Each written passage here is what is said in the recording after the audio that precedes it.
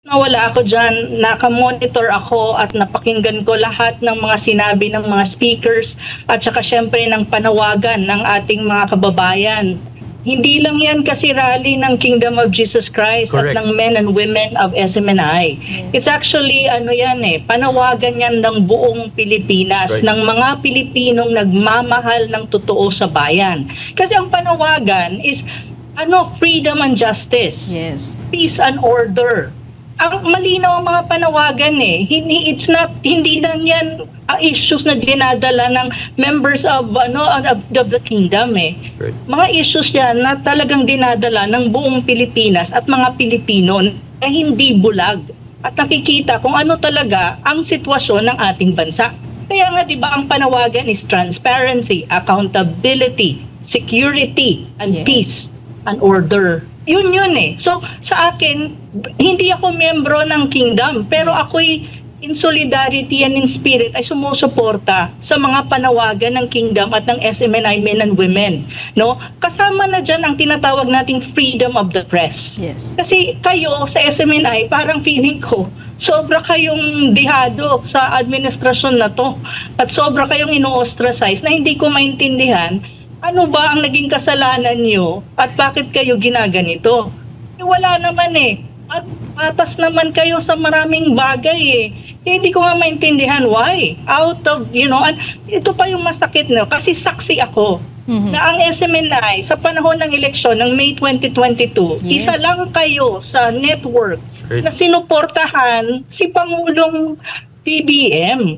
Kasama ako dyan kasi sa lahat ng programa niyo, ini-interview niyo ako pagdating sa kanya at pagdating sa election na yon Kasama rin niyo ako sa debate na pinopose ni Pastor at in-stage ng SMNI na kung saan binigyan siya ng platform. Yes. Na alam mo yon yung suporta nandun. Pero bakit ngayon? Parang kayo ang sobrang, alam mo yun, yung persecution and yung pag-ostracize sa inyo ay sobra-sobra na para bang, anong nangyari? Bakit? Yun ang malaking tanong sa isip ko Kasi saksi ako dyan Personally, I was there and witness to all of these things.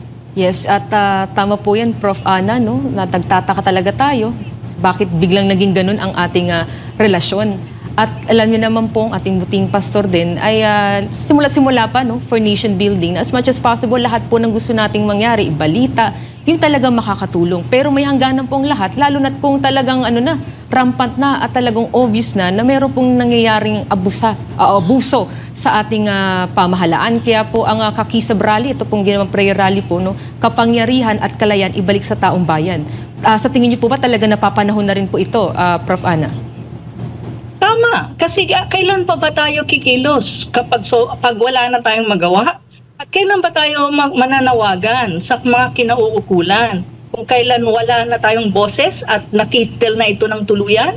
Yun So kaya nga sabi ko nga sa mga interviews ko, even not just in SMNI at sa mga ibang program, sinasabi ko na ang active citizenship or tinatawag nating active citizenry ay kinakailangan ngayon. Ang mga Pilipino na nakakaintindi na lalo na sa mga nangyayari sa Pilipinas ay kailangan makialam. Makialam tayo kasi at the end of the day, wala naman tayong ibang bansang uuwian kundi ang Pilipinas, nag-iisa lang yan So kung hindi ka makikialam at hindi ka mananawagan sa kinauukulan sa mga nangyayaring hindi maganda sa bansa natin, ano pa mangyayari sa atin bilang isang nasyon? Because we're a nation at the same time we're a state. Kaya nga ganun Sa akin din, isa pa sa hindi pinagtataka ko lang, sa tagal-tagal ng panahon, bakit ngayon parang si Pastor Kibuloy ang kalaban ng tulad ni Hontiveros ng administrasyon to a greater extent? Hindi ko maintindihan. Wala namang ginagawa yung butihing pastor kung di mag-preach ng salita ng Diyos sa kanyang mga members. Yes. To a certain extent, he voiced out his opinion about political issues in the country, but that is his right. He is the citizen of this country. He is a citizen of the Philippines. So karapatan niyang mag-voice out kung anong kanyang paningin at paninindigan sa mga issues na kinaharap ng bansa. Lahat tayo bilang mga Pilipino may karapatan at yan ay nakasaad sa ating konstitusyon. Sa kanya, ini-exercise na yung kanyang karapatan. Bakit kailangan pitilin or bakit magkaroon ng ganyang reaksyon na, alam mo yon, trying to embarrass the pastor in the whole world?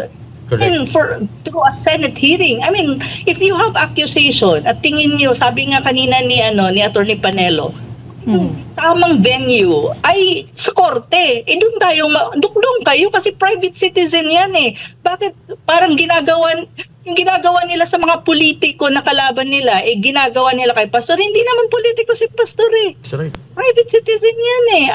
Ano ba? Bakit hindi kayo mag-file sa korte? Doon na magbakbakan. Hindi yung nangyayari kasi ngayon, court of, public opinion ang hinahabol nila. Right. Tsaka parang yung, court, public, tawag nyo, open court eh. Public ang ginagamit. Na parang ito parang you're trampling or you're parang step on the rights of a person, of a citizen of the country. Parang mali naman yun. Kaya tama din ang panawagan kanina sa rally. Justice for Pastor Apollo Kibuloy. Kasi hindi tama yung venue. Kung may mga allegations sila kay Pastor, then bring it to the proper venue.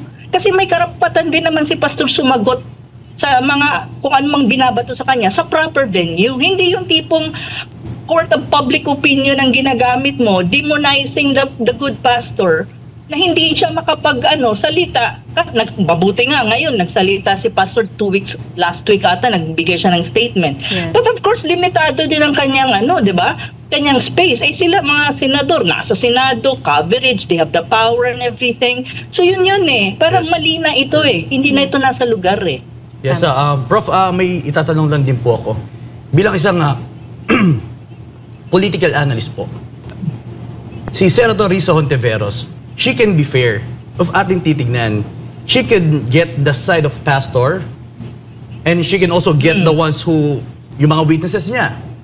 She can be both dealing with them para malaman ang katotohanan. Bakit pilit na nilalayuan ni Risa Hontiveros ang side po ng mga tao, ng milyon-milyong miyembro We're talking about millions of members. Yes. Laban sa ilan to? 6 na piraso? Na may mga track record na kagimbal-gimbal sa kingdom? Why is she avoiding the reality? Tsaka dagdag lang Franco, may mga script daw yung Yeah, the scripts and everything. Gusto ko lang po malaman, bakit po ginagawa ito ng isang senadora na dapat tagapagtaguyod ng karapatan ng mga tao? Kasi hindi naman ata ang katotohanan ang habol ni Hontiveros ang naman ata yan, iba naman kasi ang kanyang interest. Kasi isang hearing, if you hear the other side, like mga members na disgruntled ng kingdom na hindi na members ngayon, then why not invite also the other side, yung ibang members ng kingdom na nasa kingdom pa, at let them talk as well and both sides be heard. Hindi yung tipong isang panig ka lang tapos ang tatargetin mo yung pastor sa Senate hearing na alam naman natin sa Senate hearing kontrolado nila kung how many minutes you will speak at kung paano ka magsasalita at kung makakapagsalita ka at all. Diyos ko naman, para naman tayong mga nito.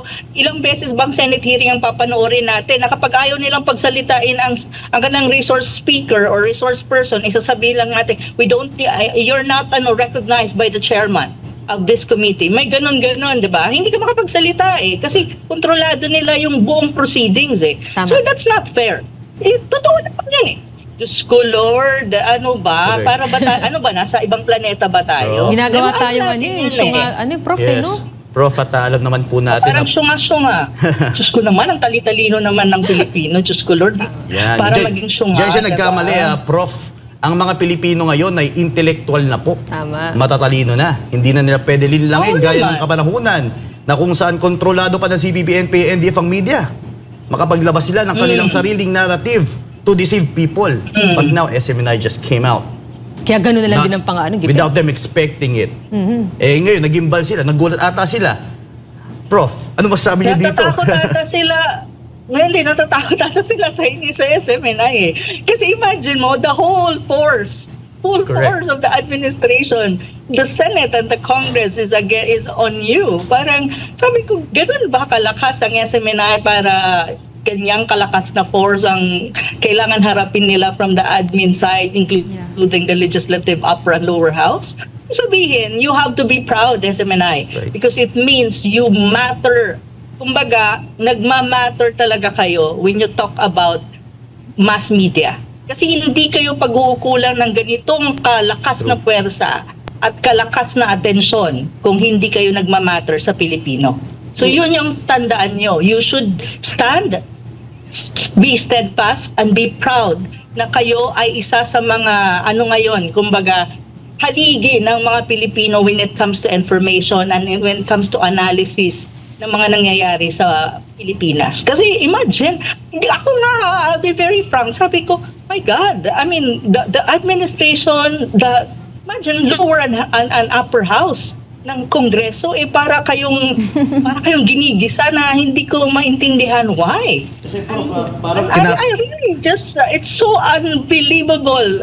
First time in history, I think, of the country. Well, it happened before during the martial law of the father, but right now, parang nauulit yung panahon na yun At ngayon, ang target when it comes to the media is SMNI and kanyang mga anchors. Kasi napapalitaan ko rin, even sa Facebook, nakakausap ko yung ibang mga kaibigan ko, parang natatanggal, parang yung mga yung mga accounts ng members at the same time.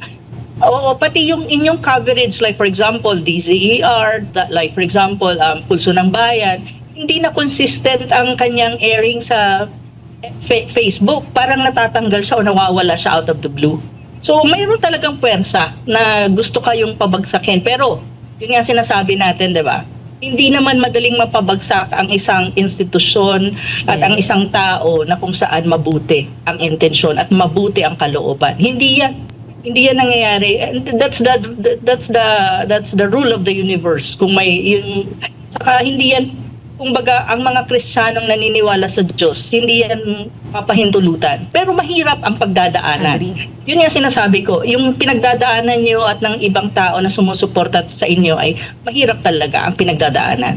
Nakikita naman natin yun. Kahit si Pastor nakikita natin ngayon, di ba? Mahirap yung pinagdadaanan niya, pero ang maganda lang is tumatayo siya kung saan siya dapat tumayo at tinatayuan niya ang prinsipyo na kung saan pinaniniwalaan niya at ng mga miyembro ng kingdom. Napakaganda po ng inyong mga pahayag, Prof. Maraming salamat po at nakikita niyo po ang serbisyo publiko rin po ng SMNI dahil alam niyo, Prof, wala po kasing kinakapitang pera o kung sino man. Correct. Talagang pure po na ang mission po dito ay for nation building. So, maliit lang po kami pero grabing pagtingin sa amin, no? Kaya in a way, parang rin kami, natutuwa kasi grabe na rin pala ang nabibigyan nating serbisyo kahit na hindi pa kami ganun talaga kalaki kasi nga kamakailan naman din talaga nag-take off ang SMNI at pero grabe, ganito na pati sa online, Prof, kaya parang wait lang, bakit biglang naging ganun kayo? Wala naman tayong ibang nais dito, di ba? Napakalinaw po ng direksyon ng SMNI. Sa kabilang banda, Prof, balik ako po itong nangyayari kay Pastor. Gaano po ba kahalaga itong role ngayon ni Pastor pagdating sa politika? Kasi parang lahat na ng kasalanan ipinatong po sa kanya. Si Pastor Kibuloy na kasi ngayon, kasama ni Pangulong Duterte actually, at saka yung dalawa pang Duterte na mga kapatid ni VP Sara, ang tumatayong sila na ang tumatayong parang figurehead at saka rallying point ng opposition sa Pilipinas, ng political opposition. Sila na yun Pastor Kibuloy, former President Digong, at saka yung kanyang mga supporters, no? At mga taga-kingdom, ganun ang nangyayari na. Kayo na, well, in terms of figurehead as the rallying point, sila ang tumatayo So sila na ang tumatayong opposition, which is very, very important in a democracy. Yes. We cannot have a democracy without opposition. Agreed. Bakit? Kasi hindi ibig sabihin lahat ng ginagawa ng administrasyon, hindi ko sinasabing lahat ng ginagawa nila mali.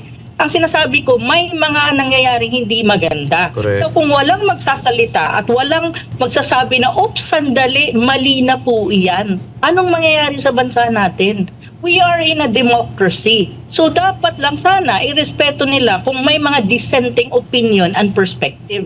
And listen to it if they want this country to move forward and be progressive. Pero ang nangyayari sa Pilipinas under this admin, imbis na pakinggan mo kung anong dissenting opinion, i-analyze mo kung may merit pa yan o wala. Ang nangyayari either re-risbakan yung tao or anong nangyari sa SMNI. Yes. Yan Di ba? So where is the justice there? Is it good? Is it right? Of course not. Everyone knows. Not only Filipino knows na hindi tama yan. The whole world knows. Yes. Hindi lang naman tayong mundo eh. Lahat ng mga bansa, even sa Asia, even sa ASEAN, na sinasabi nagdemokrasya sila, naiintindihan kung ano ang nangyayari sa Pilipinas. Tama. Kaya pwede ba? Huwag tayong maging syunga-syunga kasi hindi po syunga ang Pilipino. Tama, iniinsulto tayo masyado, Prof. Eh. Pero to Prof, kasi Ayan, alam ko... especially our intelligence, no? Yes. Leche. Isa po tayo, Prof, sa tumaya talaga dito sa tambalang Marcos at Duterte, ng unity team. Kasi, Oo naman. di ba, parang first time talaga nagkakaisang ating Pangulo at Vice Presidente. Pero, Supposedly, di ba? Pangarap ng bayan natin yan. Pero tingin niyo po, Prof, no? Sa inyo pong analysis, at what point po ba? Ano ba kayo nagtulak? Bakit mukhang, ito na nga, sinasabi na nga ng tanong, meron pa bang unity? Ano pong pagtingin niyo dito? Ay, ako talaga, matagal na akong tinanong dyan. Sabi ko, walang unity team. Mhm. Baka naman talagang walang unity team eh. Nabudol nga ata tayo, sabi nga ni Attorney Harry Roque kanina sa rally. Nabudol. Kasi feeling ko, kung may unity team talaga from the start, ito yung talagang substantial, no? At genuine na unity team na sinasabi, united team. Yun yung unity team eh. Mhm. From the very start talaga, hindi mangyayari ito kasi supposedly solid yan eh. Mhm. At saka yung malinaw yung direksyon at saan, at malinaw yung yung mga kung saan ka tatayo sa mga issues, pag-uusapan, at alam mo kung anong pulso ng bayan. Yun eh. Kasi yun naman talaga dapat ang ibig sabihin ng unity. Pero feeling ko kasi, ngayon ko lang nare-realize habang tumatagal at habang nag-a-analyze ako sa mga nangyayari sa Pilipinas, at saka sa ating mga, sa mga Duterte, sa kampo ng Romualdez Marcoses, feeling ko wala talaga. Parang ang nangyari lang is, sorry VP Sara, pero parang kasi si President Digong kasi, from the start naman talaga ayaw niya. Hindi niya talaga, kaya nga hindi na-endorse eh. Mhm. Diba? Ayun naman totoo. Pero sorry I will tell this is very straightforward. Parang nagamit ang BP. Nagamit si Sara Duterte, ang ating BP ngayon, during election. Correct. So ngayon, katulad ng SMNI, yun ang lumalabas sa analysis eh. Yung SMNI full force kayo. Kayo lang actually ang media network na hindi ginamit ang baggages ng martial law noong 1972 hanggang 1986. Hindi nyo ginamit yan. Actually, you defended him in every possible way. Pero ngayon, since tapos na, they're already there in power, wala na kayong parang feeling nila you're not anymore useful to their advantage, so kick na kayo. Parang gano'n ang nangyari. So yun yung nakikita ko na realize ko na probably there was really no substantial or what you call unity team talaga na alam mo yun na talagang seryoso or buong pusong in-embrace ng kabilang side. Yeah. Parang, kasi kung buong puso mong in-embrace yan, na tinatawag mong unity, hindi madaling buwagin yan eh. Yun eh. True. Pero kasi ngayon, after a year, not even a year yet, wala na eh. Nagka-crack eh. Ngayon, wala na talaga. Ganon eh. Kasi ang tingin ko rin, nag-agree ako sa analysis ni Attorney Panelo eh.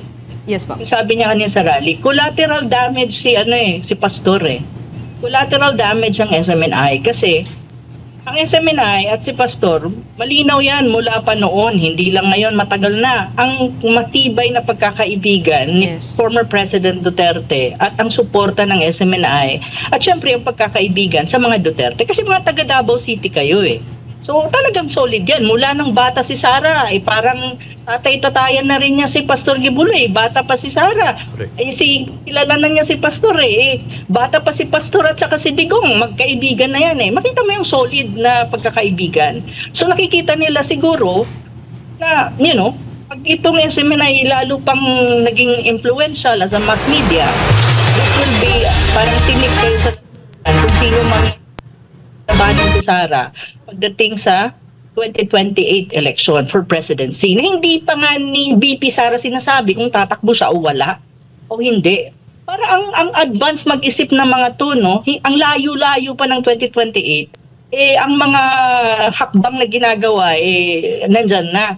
So, ang nangyayari tuloy, naging collateral damage kayo, at kayo talaga ang pupuruhan muna. Kasi kapag kayo nawala sa ere, pilay talaga din ang Duterte camp, to be very frank. O mapipilay talaga kasi ang mass media is very important when you talk about election and campaign. Period. Pag campaign period, very important yan. Kasi na-access ng mass media, lalo na yung mga may radio, yung parang liblib na mga lugar ng Pilipinas na hindi naaabot ng internet kasi ang internet sa Pilipinas hindi naman ganun kaganda. So, hindi naaabot eh. So, ang inaabot niyan, radio at saka yung air TV, yung free-to-air TV. So, yun eh. So, kung i-cripple talaga kayo, then crippled talaga ang Duterte pagdating sa panahon ng eleksyon. Yun naman talaga yan eh. So, naging collateral damage din si Pastor na para bang ang sakit, pero dahil nga matibay ang pagkakaibigan ni Pastor at ni former President Digong, tumatayo pa rin si Pastor kahit na masakit ang mga nangyayari sa kanya. At ang SMNI andyan pa rin. Kasi yun naman talaga dapat ang basihan ng totoong pagkakaibigan eh. Hindi yung tipong para kang hot potato na kapag hindi ka na, wala ka ng silbi para sa kanila hot potato ka nga, bitawan ka, Correct. atakihin ka. Ganon eh. Yun talaga yung nangyayari. Yun ang tingin ko yung analysis